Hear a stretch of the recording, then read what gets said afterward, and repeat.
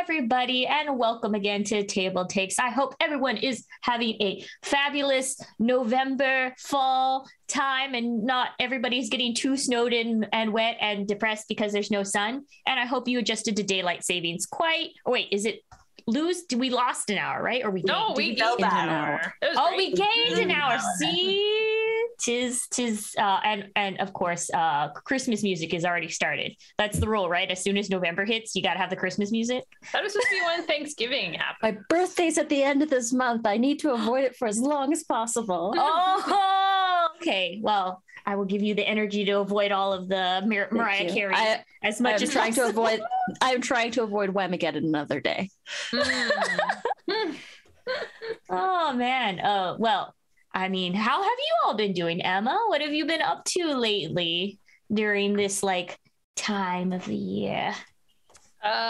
Working hard. I'm working on some fun secret stuff.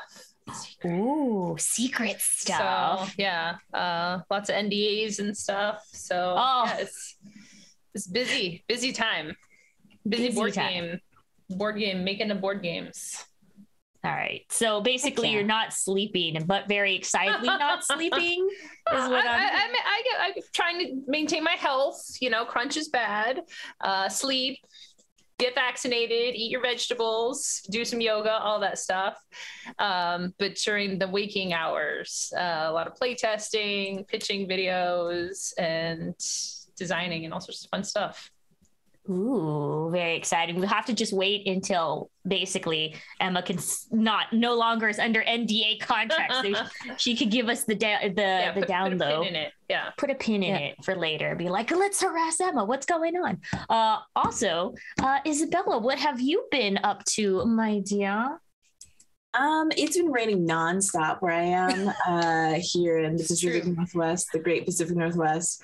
I think that my SADS, my seasonal affective disorder, is kicking into high gear, and it's already November, which is a bummer. So I'm stocked up on vitamin D pills, vitamin B pills, and then I got my handy dandy sun lamp. You got a happy lamp. I just bathe in, but it's way too bright for this camera.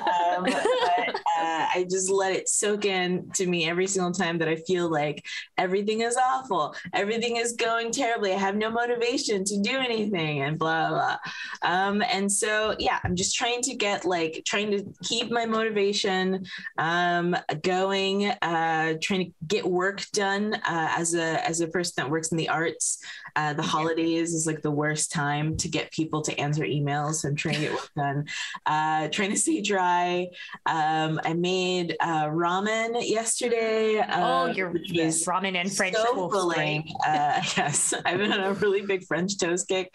And I ate so much ramen yesterday that I fell asleep. And I went to sleep and I woke up at 11 o'clock from a food coma, which was delicious. So it's just soups. It's just a mini ramen. I'm going to make chili this Sunday. We're going to do, I'm going to make some mulled wine. I got my spices and I got a ton of cheap red wine, and we're just going to. That's the way to go. Just mull wine it up. Man. It's true. It's true. It sounds so nice and joy. Nothing brings me more joy than the return to soup season. Yeah, soup season. Yeah. Soup season. It's just, I don't know. I'm not a big soup person, but it's just so easy. You put it all in a pot and then you eat it. And God, I love that. Hot pot is the best. I have a hot pot. I have a hot pot little plug-in guy, so that you can just you can buy them at home. They sell them if you have a Wajimaya near you, you can buy them. Maya, and you just eat hot pot in your own, just some bubbling meats. Oh my gosh. All right, be gone with your food. You're gonna make us way too hungry. You know what though? I will say we have a new face here. Who's this person right here? Anita, why don't you introduce yourself to everybody? Who you are? Hi, I'm Anita, or I'm also known online at Panita or at Critical Misses. And I do a bunch of TTRPG stuff in the space and things. But My week's been good. I just got back from visiting with some family Nice. out in BC. I ran from cryptids. The forest went really quiet when I was out for my walk, and that's generally not good. But yeah, and then I also got some work done for Star Trek Adventures campaign that I'm running. My pronouns are she, they. Oh, thank you very much. But yeah, no, that's really cool. But yes, also when the forest is way too quiet, you don't need to be staying in there. Yeah, I understand. And also if a deer's yeah. When the birds start up again, the minute you turn around and go the opposite direction, you know that something happened. Oh, no, thank you. I'm good. I don't mess around with that stuff. It's like, if a deer ever stands up on two legs, you lock all the doors, and don't answer it. Even if you hear your mother at the door, don't answer it. That's not your mom. That's not your mom. Very specific. Okay. Very specific. Very specific. Bonze has met with some really, that's a conversation for another day. It's another one. It's fine. Guam is haunted everywhere with a lot of cryptics, and some are good, some are bad, but you just, what you do? You say, oh, okay, I'm sorry. And then you just lock yourself somewhere else in a different area until they go away and be like, just don't disturb people. But you want to know what, though? Because 'tis the season is coming around, and we got exciting things that are coming that you might want to prepare your calendars for. Isabella, what should they be preparing for, especially dealing with Gen Con? So Gen Con has a really cool charity stream that's coming up in December. It's called Coyote and Crow. Mark your calendars. Friday, the 3rd of December at 7 p.m. Pacific Standard Time. We'll be doing a native creative TTRPG, a world with no colonization, which is where we're going these days, which is great that we are revising our RPGs and looking at the levels of colonization that they have inside of them and maybe redoing that. So you've never seen a TTRPG just led by native creators, just led by native artists. This is a really good opportunity for you to be able to see the kinds of worlds that are created with just that decolonized mindset. And so I'm really excited about this one. Friday, the 3rd, 7 p.m. Pacific Standard Time. Ugh, sorry, my mouth is dry. And this one is a fundraiser for the IRSSS, which is the Indian Residential School Survivor Society. You might have heard recently that there have been a lot of findings in Canada with the schools that took Native children that were trying to strip all of their culture away from them, and where a significant portion of Native children were abused, were neglected, and also died. It's been a huge thing in Canada and Canadian news with the amounts of children that have gone missing and that were found buried around these boarding schools and these residential schools.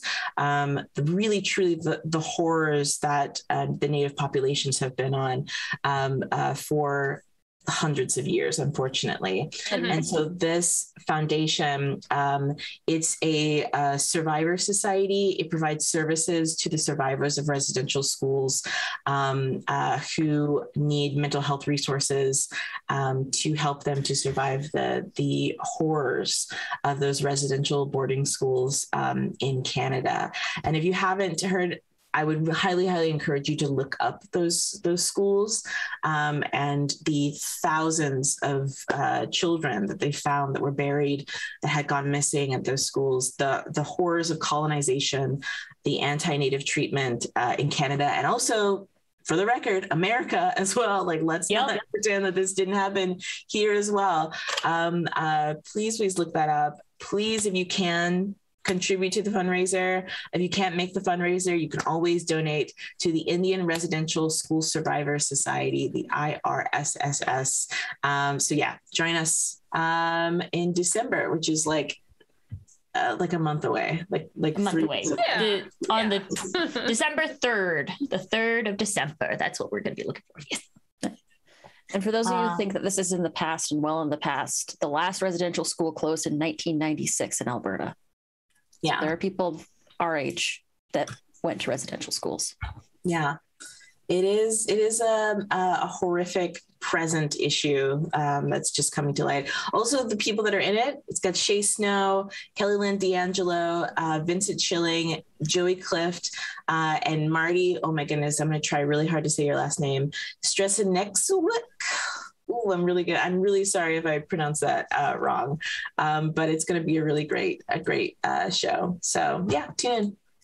All right. Yes, definitely. So from after, of course, we always give you mindful news that you need to digest and consider. We also like giving you a little treat after giving you the mindful news. Emma, what treats do you have for us? Like, can you unlock the happy place after going into that sad place? Please unlock all the things. Yeah, so we have some news about Unlock games. Unlock is a series of escape room style games that have been coming out for a few years now. The escape room in a box game craze really struck, I think about 3 years ago. Is Unlock, Exit, all these other companies coming out with games. And it's still growing strong. This style of game is super popular. Escape rooms are super popular and you can't always get to one, or especially now with the pan pizza, as Isabel likes to say, we don't necessarily want to leave the house. So having that style of game in a box is really fun. I played I think it was a Sherlock Holmes Unlock mystery from one of the big boxes recently. Super fun. You're under time pressure. You're trying to solve this mystery. So fun stuff. The interesting thing is they keep coming out with new ones. These new 3 games are using other board games as IP. So there's going to be a Pandemic Unlock game. There's going to be a Ticket to Ride Unlock game and a Mysterium Unlock game. So using these board game IPs, delving a little more into it, the pandemic scenario is going to be your medical experts tackling a global health crisis under the same escape room timed structure. Ticket to Ride is focusing action on a train trip interrupted by nefarious schemes of a band of rail barons. And then Mysterium is centering on an old manor house that's been haunted by a forlorn ghost who will communicate with the players via vision cards. So it looks like, especially mentioning the vision cards from Mysterium, they're potentially wrapping in some of the mechanics, or at least using touchstones of mechanics. So I just think it's super fascinating that they're taking the idea of a board game as an IP into another board game. You know, we have movies, we have like Dune board games, and we have like TV show board games, toy board games, but now it's like board games. So this seems fun. I think it's definitely something that is going to be popular for people. Ooh, yes, I'm cool. Sounds very interesting to get into, especially like as hey, if they find that this is successful, especially people who want to just do one-time play games, this would be something like, hopefully, what other IPs would you all like if this is a successful thing? Just like a curiosity. Anybody have any? Oh, of course, Isabel's going to be like vampire one. Board Gameception. Well, they've done a lot of IPs for Unlock. They have. Trying to think if it was Unlock or Exit. I think it was Unlock. They have like a recurring carnival, like creepy mad scientist clown character. So yeah, lots of IP stuff. Board games specifically, though, I don't know. Think about Azul. Get tile placement in there somehow. Do a Small World version. Yeah. Oh yeah. Terra Mystica. Yeah. That would be cool. So like Gaia Project, Gloomhaven, right? Gloomhaven. Gloomhaven. Yeah. That's going to be hard to all agglutinate into a small box. Well, I like a lot of crossovers, especially when you take old classics that you used to like as a kid. For example, Beyblades In The Dark. Did you all know that there's a you guys don't know what Beyblades are? It's an anime that had spinning tops, and there were spirit creatures that lived in these these tops, and you would rip it like really dramatically. I'm just looking at Emma's face during. so I'm doing this to explain it to folks what Beyblade was during this. Is like after, of course, Pokemon, Digimon, and all that stuff. They're like, well, we could put creatures. It's like, I think right after Yu-Gi-Oh came out, Beyblades came out to kind of like, they're like, oh, okay, so people understand cards, but we can't do marbles. Spinning tops. And then they made it, only reason why I really know it is because my little brother was really into Beyblades at the time, and he got like huge stacks of Beyblades. But why I mention it is that Spencer Stark, I think that's how you pronounce the name, sorry, the creator from the tabletop role-playing game Alice is Missing and the producer's actual play series for Critical Role, has created an unofficial hack for Blades in the Dark. So to resolve sneaking mechanics, fighting mechanics, you and the DM will blade against each other, and whoever like spinning top falls first is the loser. So just imagine that's the sound you get. There's like little arenas you can buy. Are you good, Emma? Oh yeah. No, was it a toy first or an anime first? It was a toy first. It was a toy first. Like spinning tops have been more... Most of these things are vehicles to sell toys. Yeah. Yes. Yeah. I mean, I had Pogs. Okay. Yeah. I also had. It was like the post Pogs, and then they also got banned at your school, probably. Yeah. We grew up in that period of just like how much crap can we sell to children to play against each other. It was like, because Pokemon was huge, and then Digimon, which I think is just an anime, right? Yeah, Digimon was just an anime, but they had collectible figures, but it was really, really dark for kids. It was like, yo, you have kids dying and talking about abusive situations. What's going on? Digimon gets weird later on. There's a lot of stuff that gets real dark in that show. Oh, interesting.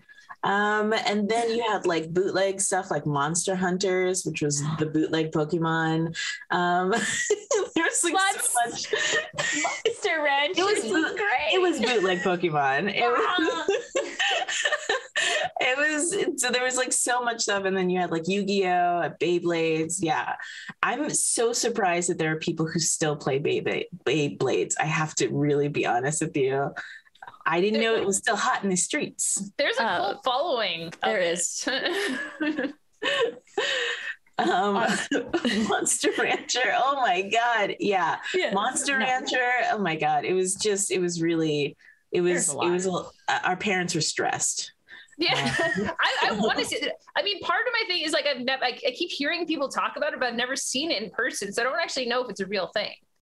Like I've seen pictures on the internet. I hear people, you're all talking about it, but no one has confirmed the physical specimen in my presence. So I can't confirm. I think all this stuff my brother has exists. It's all like cheap plastic though. And then like you could go up and, okay, so sorry, I'm going off topic. Let me just go ahead and spit out. You could get metal ones too that really, my brother got a lot of these that also explode at the same time when they're defeated. They explode. They break apart. Yeah, they break apart. So never mind. We're not going to talk about it. We're getting too off topic here with Beyblades. The fact is, if you want to go ahead and check out this hack, just go ahead and look up Beyblades in the Dark and see what's up with that. You know what actually is a really cool update that we talked about last week? Hey, Izzy, tell us what's with Paizo. I want a slice of that pie. I don't know why I have all the heavy stuff. Why am I only talking about heavy stuff? So if you guys don't know, Paizo unionized, which happened after the great, what they're calling Striketober, which was a time in October, which actually started into the summer, where a bunch of companies, organizations started striking, started unionizing. We're in a great labor uprising. The people are seizing the means of production, and a lot of that has been spearheaded here in the great state of Washington.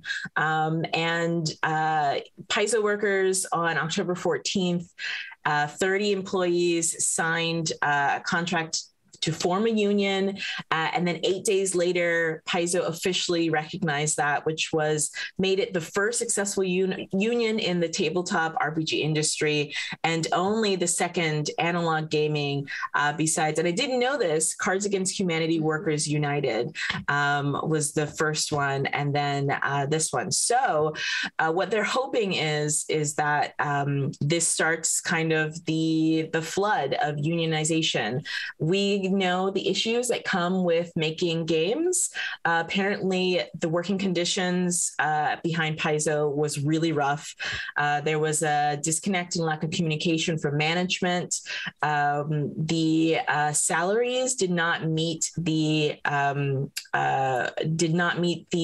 standard of living, the cost of living. If you don't know, Washington, this area is very expensive to live in. Seattle, even Redmond is like, if you don't know, Redmond has like Microsoft, Nintendo, a lot of companies. It's a very expensive place to live.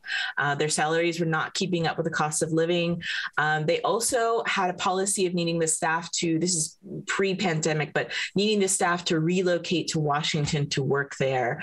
And even though upper management didn't have the necessity to move to Washington State, upper management could live wherever, but you had to move here, which is a huge cost for a lot of people to move to Redmond of all places. Never mind. So no shade to Redmond. There's just nothing.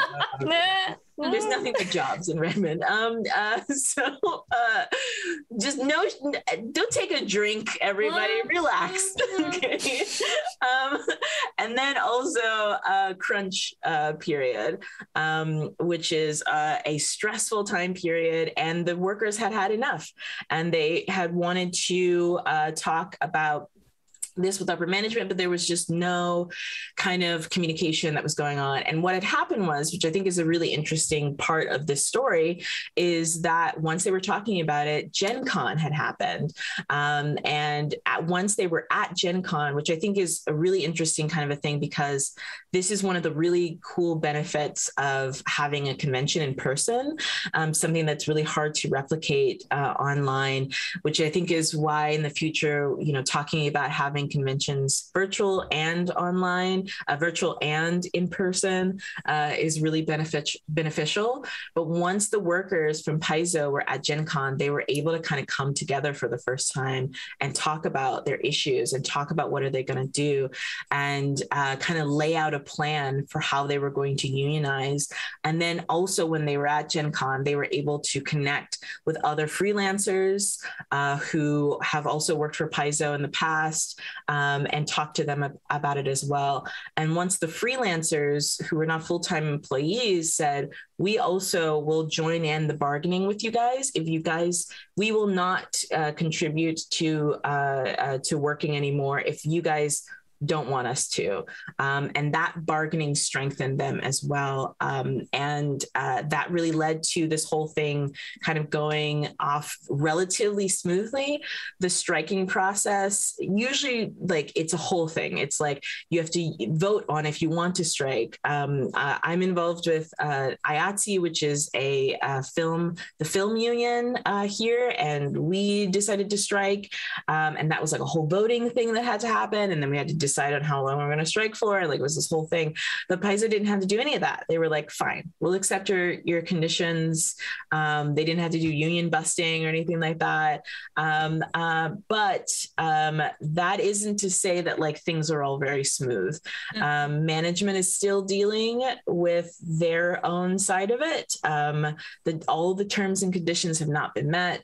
And there's still a lot of conversation that needs to happen. But what the Paizo employees are hoping that happens is that this sets off a wave for other tabletop RPG companies to do the same sort of a thing. Now that they've kind of nailed down the format of it, how to talk about it, how to negotiate, how to bargain, those things, then they're hoping that they can then spread this over to other people, other companies, and they can use it as a format as well. One of the Starfinder developers said, I do see this as the potential to really start a movement in the gaming industry in our country. I hope I see it. The hardest part of unionizing an industry is just getting that first crack in the dam. Then it's like a flood. Mm-hmm. So hopefully after years of talking about the dangers of crunch, the underpaidness of gaming, the working conditions, the stress, the bigotry, the sexism, the transphobia, the homophobia, the racism, all of those things, hopefully this is the beginning of not just cultural change in the gaming sphere, but institutional change. That this is going to become, that's something that is part of the gaming industry. So I would keep my eyes on Paizo and see how that's all going to work out. And hopefully this spreads over across the industry as well. So yeah. And I think for people, because this could be you watching this right now and think like, oh, well, I'm not a subjugated worker. But some of the things that struck me from this were like, people shouldn't be using their personal phones and computers without compensation. Isabella, what you said about having to move, do they offer relocation fees, move across the country? It's just, we get so excited. And I did this as a young person just for any opportunity, and we jump in and no one is there like a union to kind of say, you need stuff, like you will set your life up for a really tough time if you're doing all these things and nickel and diming, and just the like lack of transparency is like, we as workers deserve better. Workers, creative, whatever field you're working in, you deserve to have a good and safe and happy and comfortable life. I think that's the baseline that we can all agree on. Yes. Yeah. And like, we've talked about this before, but like, it's so easy to take advantage of people who are doing it because they love it, Exactly. Right. And so you shouldn't, just because of the fact that you love this stuff doesn't mean that you should be forced to settle for dangerous conditions or low pay or anything like that. And your love of something shouldn't be leveraged against you. You should love yourself more than you love your job. That's true. That's true. Self-love. Oh my gosh. That's true. Also, your job doesn't love you, okay? Yeah. We need to stop being tied to how much we can output, and instead our values we need to rise up. Okay, I'm sorry. I'm done. No. It's good. It's good. I like these changes, positive force, and let's keep on rolling this positive force. I feel like this is the key to the future. What do you think, Anita? What do you think this is a key to the future? I think that this is a key to the future, and also in the spirit of bringing people up and uplifting others. Currently, there is a go get funding for community affinity keys for POC, LGBTQIA+, and disabled creators in the TTRPG space.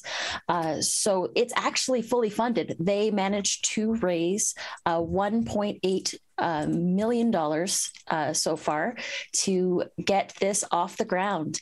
And they have the keys. They are available now. They also have a Google form that you can fill out to acquire one of these. They are hoping to get between 30 and 32 folks their keys for either Affinity Publisher Designer or Affinity Photo. So that way you can get off the ground and you can get designing. And as a graphic designer, like, these programs are amazing and they're pay once, as opposed to like subscription-based services like Photoshop or the Creative Cloud. It helps you get away from that. It's a little bit of a learning curve, but it's amazing to get you started and get you off the ground.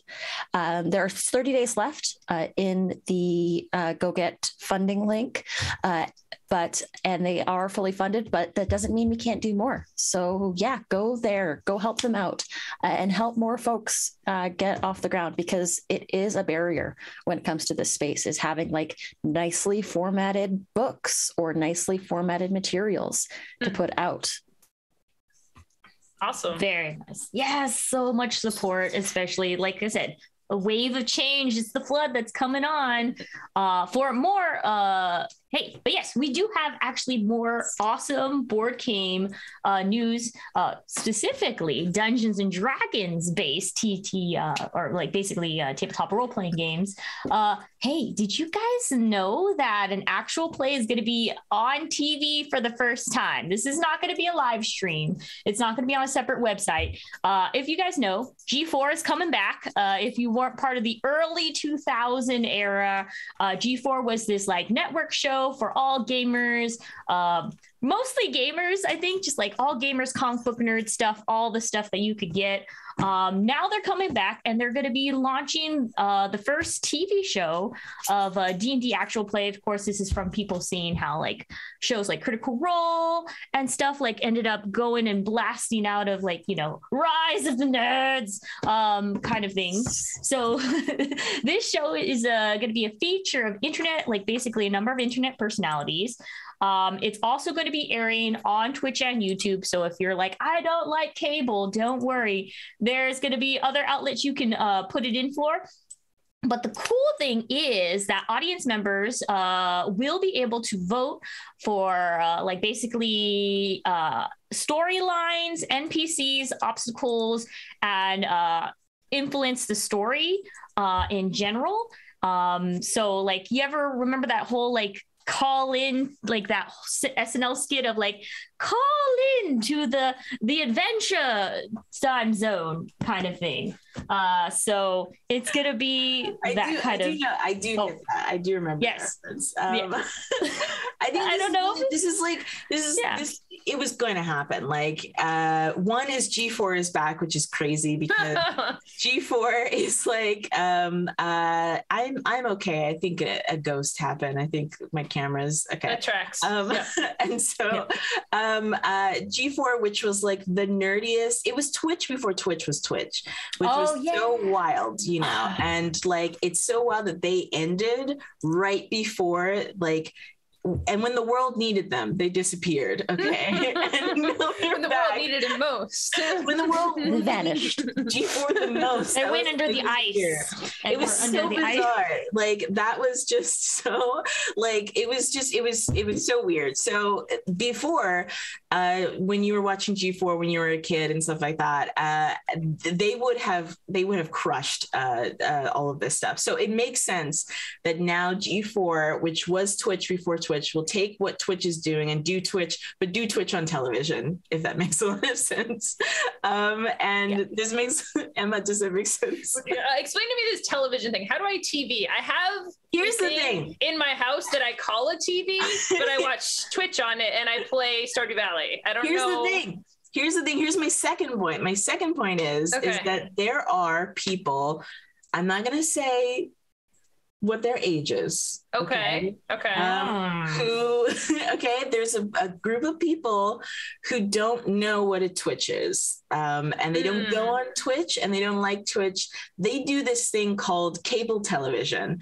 And cable television is where you pay and you can watch a group and it comes through a cable. It's so old fashioned. Wait, so is it the internet or is it not the internet? It's not the internet. It's like literally it's a different tube. It's not the internet tube. It's a tube and it goes underground and it goes to the cable company and they pump in content through the tube like a bike tire. They do that. It's kind of like if you had like Netflix and Disney Plus and Hulu and all the other subscription services all sort of bundled together on different channels. Right. And you don't get a choice what's bundled together. You just get whatever they tell you. But you also get like DAZN. You get a lot of ESPN whether you like it or not. So it's all I will say is I remember back when G4 was Tech TV. Yes. It's I think we're all the same age. Yeah, old. My TV had 5 channels when I was a kid. Okay, I also lived in Maine, so maybe that was why. But yeah, listen, I remember when my TV got 100 channels and we lost it. Like getting up to 99 was crazy. Anyway, so this I think is really interesting because it brings the tabletop experience of a Twitch, which kind of hits a demographic of like teens to like people in their 30s, and it brings it to television. So it's going to hit a much wider demographic of people, wider ages, maybe some old heads that played D&D back in the old days, back in the 70s and 80s, who haven't seen what the kids are up to these days. And then maybe it'll also hit more like diversity where, because there's a lot of people in the country who don't have access to the internet. I'm from the South, and there's a lot of areas in the South that do not have 5G, 4G, 3G, or 2G. So I think that this would also be a really cool opportunity to kind of widen that as well. So this makes a lot of sense. I was really worried when they said it was internet personalities, because I was like, oh my God, they're going to say like Jeffree Star or something, like somebody awful. But yeah, it looks like it's a bunch of like people from the community. One of the people that's going to be doing it is this guy named Ify. He's a friend of mine, and he's hilarious. Oh, nice. So I think it's going to be really, really good to see people. Jeffree Star is not the business, y'all. It's been a little problematic past. Problematic. I was afraid it was going to be like Jeffree Star or like who's the other one? James Charles. I was like, oh no, like it's going to be so problematic YouTuber that they're going to add. But it looks like it's just people like from esports and nerdy stuff. So it looks good. Cool. Yes. That sounds fun. Yeah, it does sound fun. It does sound very fun. Live actual plays of D&D I think are a very acquired taste, but I think putting a more LARP improv thing on it could make it more approachable to a wider audience. Yes, I'm very excited. Maybe, I know they don't play D&D. I was just thinking of my own little like dream influencers, the old gays. Have you guys watched them on YouTube? They're sweet. They're a sweet couple old mans. It's a Gays React. Yes. Like 4 old gay men. And they react to like new gay stuff, and it's very funny. That sounds great. Sorry, I was just thinking like, I would love a game with them. I don't know. But yeah, besides the dream thing, to quote this show is going to be equal parts tabletop RPG, LARP, and improv. That's what you have to do when you say improv. But yeah, the invitation to the party will be live streamed on YouTube and on Twitch on November 19th before the broadcasting, which will be on the 22nd. So, hey, if you're still alive after your food coma from Feast Day, for those who are in America, could look forward to that. You want to know what I want to look forward to? Something new will be coming, hippity hopping down the street. Anita, can you tell us, please? Bringing in, as in more D&D news, we've also got WizKids revealed some new D&D icons of the realms. It is the Grung Warband.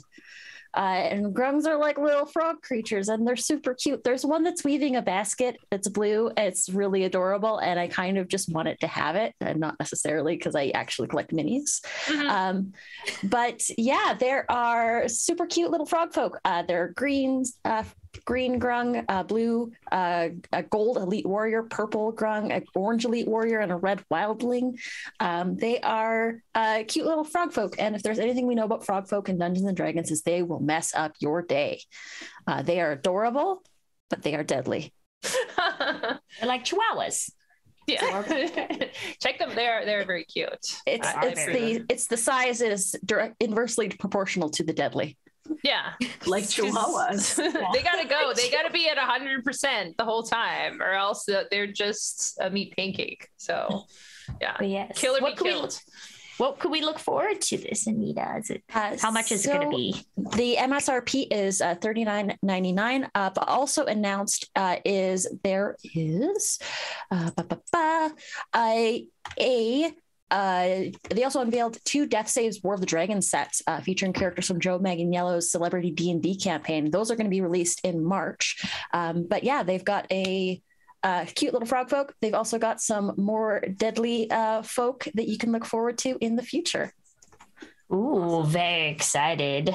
Very excited. You know what? If you know, you get the frogs are getting you into the cuddly mood and you just want to snuggle up with somebody and just, you know, play some games with your loved one. Emma, tell us.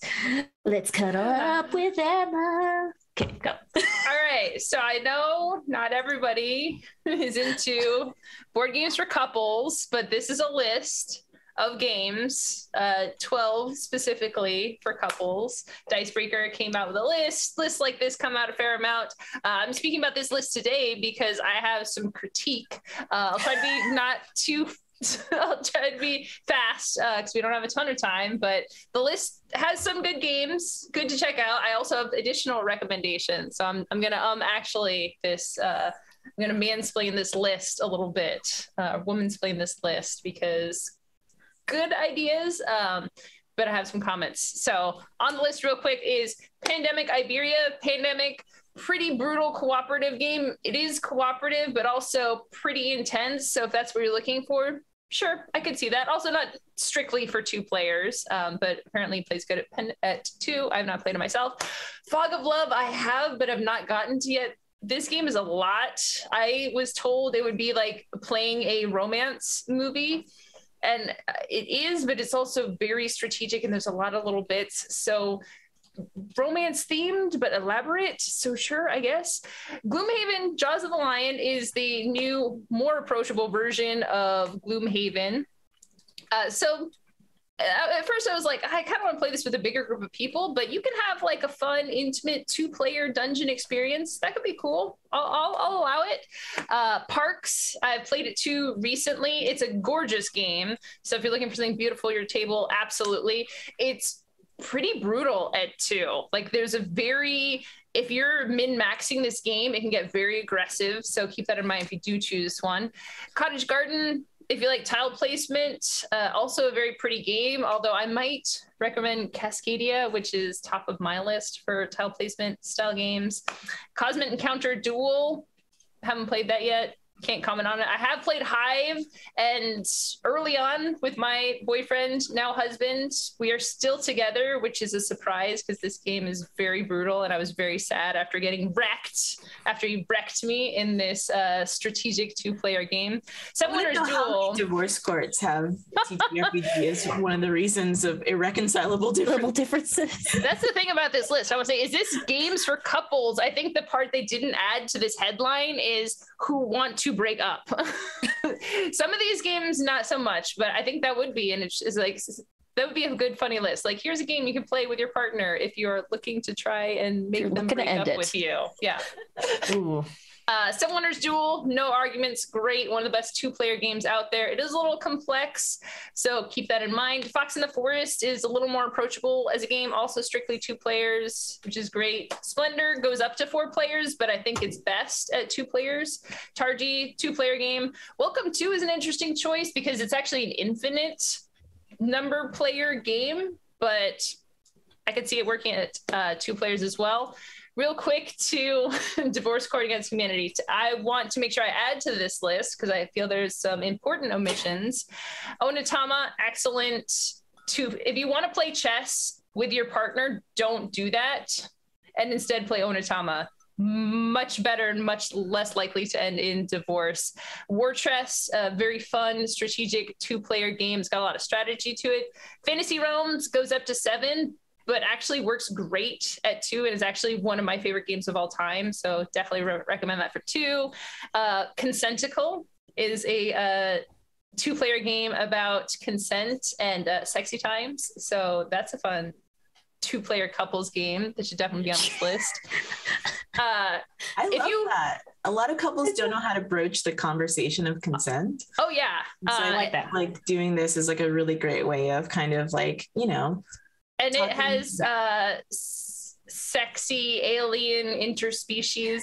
See, so that's where the entacle comes in because I was like, Yes, it is a very spicy game. You definitely check out. If you want like a solid cooperative game that you can play with your partner, that I think is very fun and cute and less likely to end in a breakup, I recommend Quirky Circuits. I think that is one of the best cooperative 2-player games. And also Cat Rescue, which is a game where you are rescuing cats and they're adorable and you're pushing tiles around and it's so cute and sweet. And yeah, that is the list with my addendums. All right. Hey. And if you have any in the chat, if you have any, if your favorite 2 players or couple games, feel free to throw those down. Yeah, because everybody likes seeing, like, when we share data, it's awesome. You want to know what else? That was our main headlines, but it's okay because we're gonna go hop into the bundle boss with Anita. They're the boss of the bundles today. Da-na-na-na-na-na. Welcome in. I am now not necessarily your bundle boss, but your bundle baron. Ooh, I like it. Ooh, I like it. I like it. I'm coming in hot. First episode and was already like, wow, we're shaking things up today. That's what we're doing. I like it. I like it. So for Humble Bundles, we have the Maps software bundle, which is fantasy and sci-fi mapping software for those DMs and GMs who love world building. They have a whole bunch of amazing software and great programs that are all devoted to that. And the cost for them, it is pay what you want. And everything that's in it goes to carbonfund.org, which is an organization that's leading the fight against climate change. So you can build worlds while also saving the world. Hey. I like it. It's easy, affordable for any individual, business, or organization to reduce or offset their climate impact and hasten the transition to a clean energy future. We support forest conservation, renewable energy, and energy efficient projects around the world. So, but yeah, that one is, it's great. I saw a lot of the software. I am so sorely tempted to just get a couple of these programs so that I can work on my next campaign. It definitely gets like the GM juices flowing to have like a nice, beautiful world set up. Ooh, very exciting. I am very excited. Well, thank you for sharing that bundle. So yeah, if you want to give to a charity and also get cool software, go check that bundle out. The link is in chat. Also, hey, guess what? Because I don't know where my wand is, but I am now the Regency. Thank you, Baron, for telling us about all the bundles, but I will tell you all about the Kickstarters and Relegate, of course, because you did such a good job, Baron. Can you please tell us what Kickstarters got your heart a-pumping this week?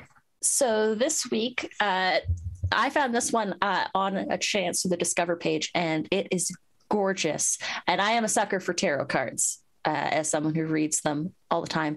This is Tarot meets Truth or Dare or Choose Your Own Adventure. It's called 9 Arches, and the art in it is this beautiful, like minimalistic Art Nouveau style, and it is absolutely phenomenal looking, beautifully illustrated.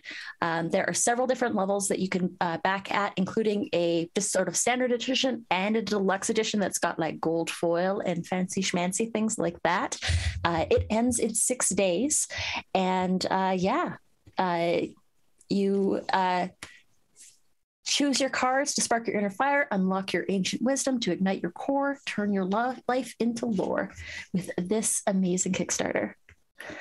I'm very excited. I really want to back this one. It's beautiful.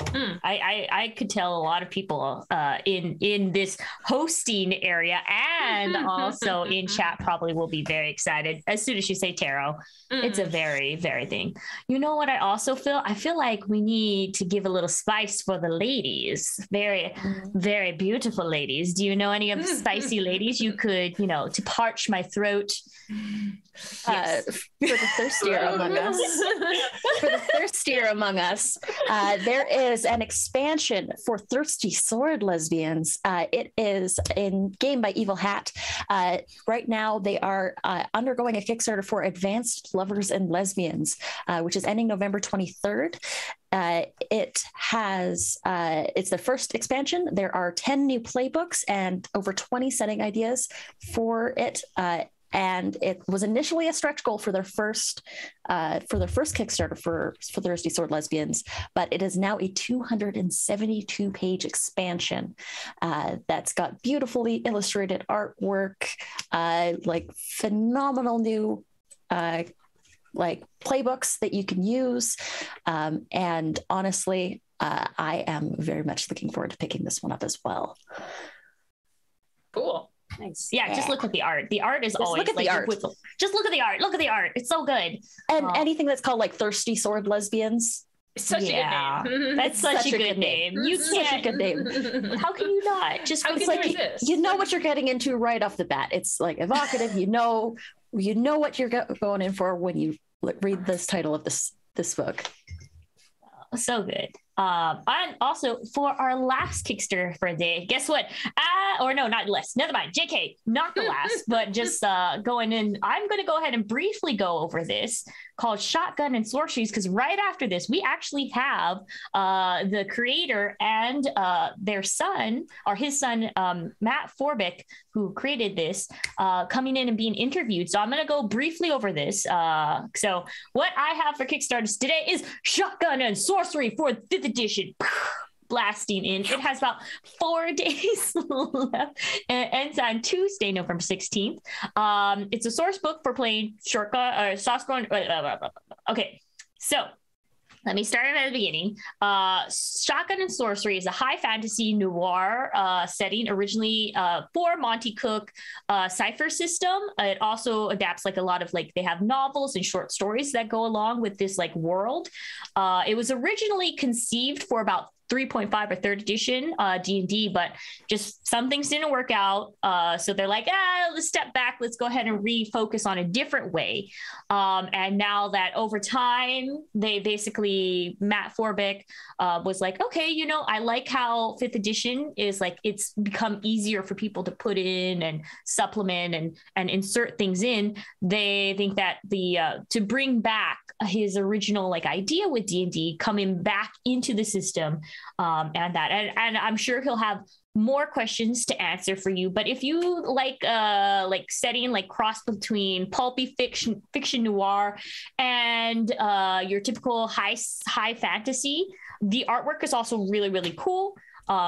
If you know that it is a family thing that's going on, him and his son have been building it, and we'll get more information as we do the interview today. So I don't want to give out too much. Just go ahead and check that out. And it's for 5th edition. And right after this, we're going to be interviewing them. Now for our last Kickstarter, Emma, please tell us how to pronounce this word. Yeah, sorry, people were talking about it in the chat. I'm like, I gotta shout out this Kickstarter because this is exactly what people are mentioning. We're talking about couples games, we're talking about relationship games, and this game is co-op. K-O umlaut which is a Norwegian letter with O with a slash through it, and then P. But if you just type co-op Kickstarter, we'll put the link in here. You'll be able to find it. It's a cooperative card game about assembling flat pack furniture, shout out to chat, with your partner, and definitely not about your collapsing relationship. Wow. So this is a very on the nose game. On the surface level, you're matching the pieces. You like choose the thing that you want to build and you like match the pieces together. But on the back sides, you have like the thing you hate about your relationships and your needs. That's the other thing. So you have like secret needs. So you're putting the pieces together based on the instructions, but also your hidden needs. And if your needs aren't met by the end of it, then you say your thing. It's like, I've always hated the way you shower or something. Wow. So Wow. Real. it's adorable art, just like really clever. This is made by Offcut Games, who've done a lot of really cool, clever stuff in the past. And I love the dual nature of this, just like the pieces coming together and the hexes, the assembly. This is really dangerous. I was just talking to somebody about cuffing season, how we're in full swing of cuffing. Does everybody know what cuffing season is? That's when you get like married. It sounds like a sex term. No, it's like when you lock someone down, right? Like okay. Yes. So the person that I was talking to about this also assumed that it was a sex thing. It is not cuffing. It just means when you're just locking somebody down. It's like a thing of being like when it gets cold and it gets dark, people's desire to have a partner ramps up, and like suddenly everybody, like the apps are firing full blast. Everybody wants to hurry up and couple up. It's like when you're in the club and the lights come on suddenly, you're like, oh snap, like I need to hurry up and find. Your options are getting limited. You gotta start locking something down. It's like that only for seasonal affect disorder. And so I feel like this is a really dangerous game to play at the start of cuffing season, when we are all trying to couple down to get some bodily heat before. But I do think this is a good game if you've been in a relationship for a really long time and you got some I was gonna say kinks, but you get some problems to work out in your relationship. That's something completely different. That's something else. That's more of a trusting issues, and you can work them out, because sometimes I feel like when you're in a relationship for a really long time, things you kind of gloss over some stuff, kind of overlook some stuff, and then it becomes a bigger issue and a bigger issue and a bigger issue. You could resolve that with thousands of dollars of couples therapy or co-op. Same. Yeah. If your needs are not met in the game, just blurt out "we've settled for each other" into the air and see where the conversation goes. Who heard this person? That's the example from the game. Yeah. You know what? Honestly, sometimes it's better just to break up. Really. So again, couples games to play if you want to break up with the other person. That's a great list. That's a great listicle. Somebody needs to write that.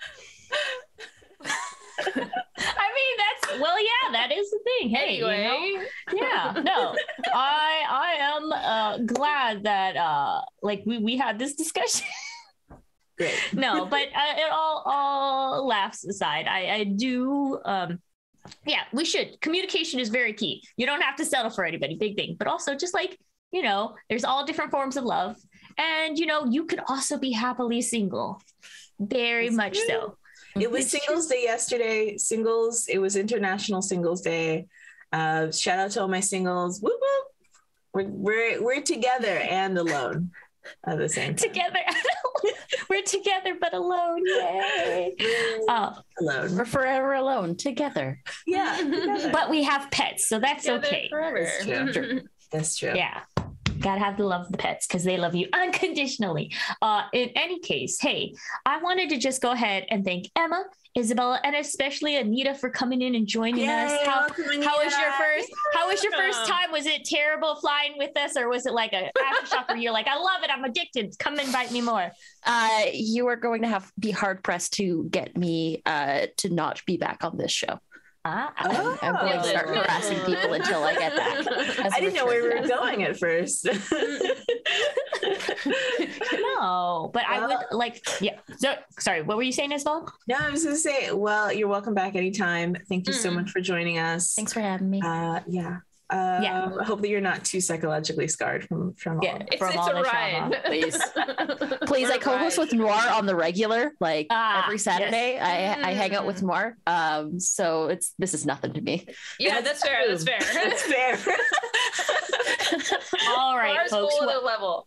The bars. Well, now that I gave you some loving quotes, I'm about to kick you all out because we have a special guest, like I said, from Sword and Sorcery. So let's wave bye, but also, audience, stay here because we have an interview right after this, and tell all of these lovely human beings that you appreciate their faces and their personalities and their love, and then you platonically care for them. So goodbye. Stay for the interview.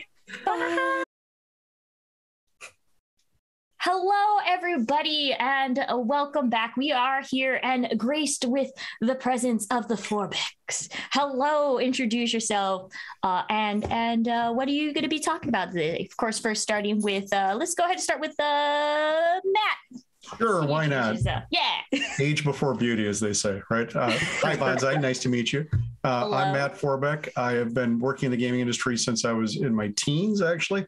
I've been a full-time freelancer or designer in the industry for over 30 years. I was the founder of Pinnacle Entertainment Group with Shane Hensley. We did Deadlands, Brave New World, a bunch of other stuff. These days, we're running a Kickstarter for Shotguns and Sorcery, which is based on a series of novels that I wrote, which is based on a 3rd edition setting that I was developing at one point, and now is coming back to being a 5th edition game after being a Cypher edition game, Cypher system game. The other things I'm working on 2 different video games at the moment, including one for Warhammer 40,000 Tacticus, which is a mobile game, and I'm also the lead writer for the new Marvel tabletop role-playing game coming out in the spring. Oh, very good. And of course, Marty, who are you, and what other works have you been working on before this? I'm Matt Forbeck's son. I've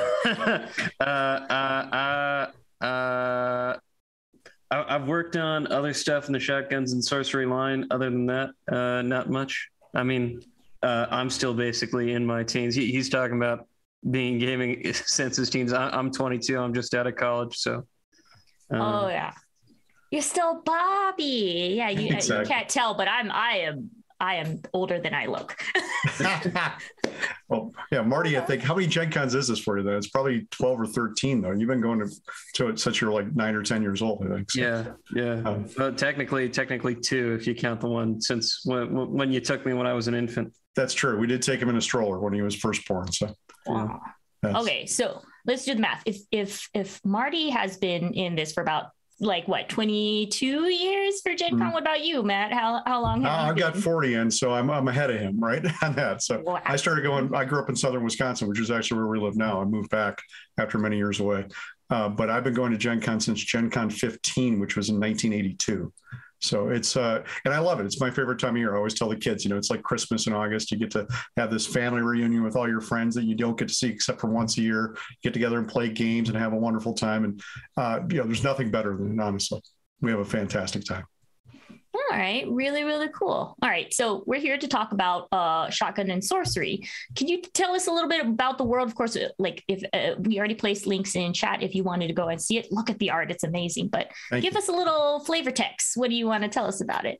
Sure. Shotguns and Sorcery is a fantasy noir setting in which there was a zombie apocalypse that destroyed everything on the continent, with the exception of these free people that managed to evade it and run ahead of the zombie horde and gather around what was known as Dragon Mountain, which is kind of like the Lonely Mountain from The Hobbit, right, where Smaug sits in usually.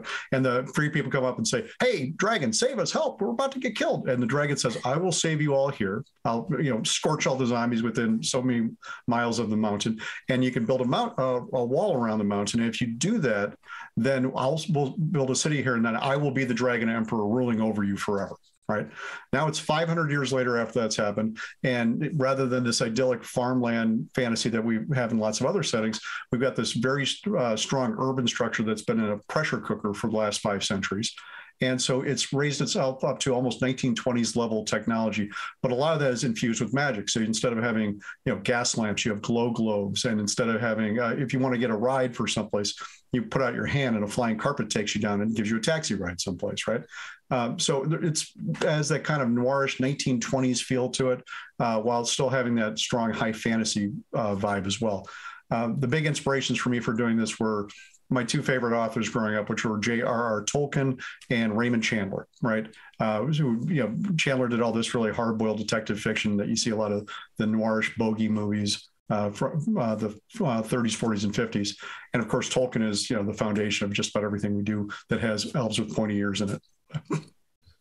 All right. Very, very cool. This does really sound like a huge, expansive world. And then I guess this goes out for both of you, since Marty, you also wrote some of the short stories and novels that pertain to this. Is there a particular book or series that you think other than of course looking at the Kickstarter, so people can really dig and know the lore of the world and everything like that? You want to answer that one, Tech? Up on the if you back the Kickstarter, which we got running right now, you get the Shotguns and Sorcery omnibus included in it, which is the original novels and short stories, which the world really where the world was originally developed in, and that's a good entry point if you want to just get the sort of flavor and the lore of the world without any mechanics or nitty gritty. Here's how you fire a gun or whatever. And you can go buy that separately, of course. I think it's like $10 as an ebook, but it comes free with the Kickstarter if you're back at any level. Also, you get, as one of the stretch goals, the comic book that we delivered for the 2015 Cypher Edition version. There was a stretch goal for that being a comic book, which was just delivered to backers like last month finally, because the original publisher hit an iceberg essentially. And we took over the fulfillment in 2020, partnering up with them, with the artist. Jeremy Muller is actually the publisher, is also the cover artist for all this stuff and does this amazing stuff. So you get the comic book's a great way to step into it too, if you just want to make a nice, easy way to get into it. But at the moment, it's not released to anybody but backers of the previous Kickstarter and then to this one as well. But there's also, I think there's a free short story you can get on Amazon and such called Goblin Town Justice, which is, I think, the second story I wrote for the whole thing. And that's available for free at a lot of different locations. Oh, very, very cool. So, hey, yeah, that's more incentive to go ahead and look at the Kickstarter and back it so you can get all that extra goodies and check it out. And, just this afternoon, I was working on a preview. We're about to post a PDF preview of about 20 pages from the Cypher System book that's also going to appear in the 5th edition book. That's a lot of the background material. We'll post that up for free on the Kickstarter page so people can go and download that and have a good look at it as well. Oh, very, very cool. Okay. So I, like you said, this was supposed to be, of course, when you first had the ideas, like 3rd edition. And then you're like, okay, let me try a different system. What inspired, I guess, both of you, because I'm sure this is a joint decision, to go back into like 5th edition, Well, originally this was a game that I came up with or an idea I came up with for the world search that they did, that Wizards of the Coast did for Eberron, that came out with Eberron back in like 2001 or so, which was my friend Keith Baker who actually did that. I ended up writing a trilogy of Eberron novels for Wizards of the Coast to go along with that. So I was excited for him, right? But I had this great idea. I'm like, I shopped it around. I actually sold it to Mongoose Publishing, which was a big D20 publisher back in the day. And then my wife got pregnant with Marty's younger siblings, who were a set of quadruplets. And so that pushed everything else back for a while, right? And I didn't actually do anything with it for a long time until Robin Laws asked me for a short story for an anthology he was working on called The New Hero that was being published in Pelgrane. They do a lot of great stuff. It was Stone Skin Press, which is their fiction imprint. And so after I wrote that, I'm like, I just got hooked back on it again. I wanted to do more. I wrote a couple more stories. I wrote a trilogy of novels in 2012. And then the role-playing game came out in 2015. And we probably would have used 5th edition for that, except for in 2015, 5th edition wasn't part of the open gaming license yet. Right. So it wasn't available to us to legally use that. We could have gone back and used 3rd edition, but why did we want to mess around with 3rd edition when there's this brand new cool game out there that everybody's playing? We adored as well. So in the time it took them to fulfill that Kickstarter, 5th edition opened up and we're like, oh, great. Now we get to use that. So Marty graduated from college in 2019. In the middle of the pandemic. And I was, he goes, what do you want to do? And he's like, well, he came in and helped me out with the Cypher System stuff and then volunteered to leap on the grenade of helping. He did all the 5th edition development for the game, actually. Did all the rules and everything else and did a bang up job with it. And we just announced this week that we hired Rob Schwalb to come in and do a development pass in as well. Rob is one of the guys who actually wrote the Cypher System rules for the Cypher System version of the game. And he was one of the D&D core designers for 5th edition and 4th edition. So, there's very few people know that system as well as Rob does. But, he's going through this stuff and just going, oh, Marty, great job. This could be, how about this? And Marty goes, oh, it could be better. It's amazing. So it's kind of fun to watch them go back and forth like this. Oh, yeah. So that is a good first step into the industry and tons of courage. Like I can't imagine all right, after college I was just wandering around for a bit and I didn't know what to do. So goodness gracious, Marty, just props. You don't know how hard it is to just be all right, get into something. And so I just want to congratulate you on that. Nice. I guess the question is, the hot question, I guess, is how was working together as father and son? You spill. I had a great time, but he was doing all the hard work. So it's all right. He's not the worst editor in the world. That's what I was. Thank you. He can say this stuff safely because he lives an hour away from me now. So it's yeah. I can't just go over and say, hey, kid, what are you doing? So I have to drive. Oh no! It sounded like it was definitely a good bonding kind of process and everything. I guess yeah, for the other question I have for both of you, can answer however you like, whoever first. But for these games, like, who was your when you envisioned making these games in this world, the setting for Shotgun and Sorcery? Like, what kind of player were you envisioning? Like, the type of person that could really get drawn in, and like the person that you were making it for, kind of thing. Marty, I'm going to let you answer that one because you did all the heavy lifting on the design work, like I said. I mean, the game should be for everyone. I hope. It is. I suppose the world is made for lovers of fantasy and noir. It is the fantasy noir setting, but we brought it to 5th edition in part so that it could be accessible to people who know the most popular system. So I hope it's something that a lot of people are able to pick up and enjoy. Yeah, I mean, also it was coming full circle to bring it back to Dungeons and Dragons, right? I mean, Marty's first role-playing game he ever played was D&D. We played at GaryCon 1, which is GaryCon is the convention that is Gary Gygax's kids hold in his honor every year on the anniversary of his death or thereabout. And I actually worked for Gary when I was in college, right? I was a freelancer for New Infinities, which was his second company. And so I knew him, and I went to his funeral and all that. And for GaryCon 1, I brought Marty out there for his first gaming convention ever. He sat down and played D&D for the first time, and it was white box original D&D that was played with Frank Menser, who was the guy who did the red box Dungeons and Dragons edition. And it was the Palace of the Vampire Queen. Is that right, Marty? I always blow that name. Yeah. Okay. The first D&D module that was ever published. Yeah, which wasn't even published by TSR, which I didn't even know at the time, right? I'm like, oh, really? So I was very excited to get in there. And Frank hands out like certificates to everybody who plays, which was kind of fun too. But it was really neat to go back to the American Legion Hall in Lake Geneva and have that experience with Marty. And he's just kind of grown up watching me do this his whole life. But I brought him and all the rest of the kids into it. As much as they'll tolerate it, right? Not everybody's the biggest gamer in the world, but Marty's always been really fascinated with it. So it's honestly a real pleasure to work with him on this. Just neat to see him grow into and glow. All right. Yeah, no, it does sound really cool. And yeah, we want, like, everybody dreams that it's just like, it just takes off and everybody like feels that like spark of like just need to play and consume. Exactly. I guess for the last like question, I kind of want to get more of a what personally like you go for in various like in this setting. Like, do you have a particular group, or like this is for like both of you? Do you have a particular group or person or area within Shotgun and Sorcery that you really love character wise, and why? Marty, you want to give that one first?